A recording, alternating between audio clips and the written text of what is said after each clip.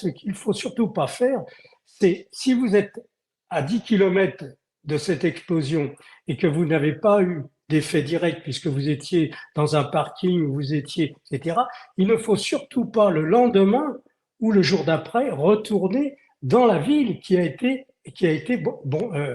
bombardée parce que là, le rayonnement gamma est très très élevé. C'est ce qui s'est passé à Hiroshima. Vous aviez des gens qui étaient dans des petits villages aux alentours. Le lendemain, ils ont entendu parler que la ville était détruite.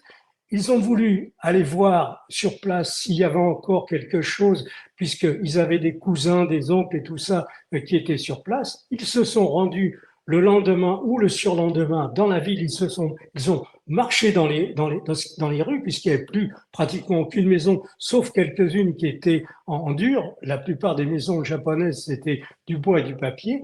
Et là, ils ont reçu un rayonnement gamma énorme et c'est les conséquences donc, dans cette ville, il ne fallait pas rentrer avant un délai de 3 semaines.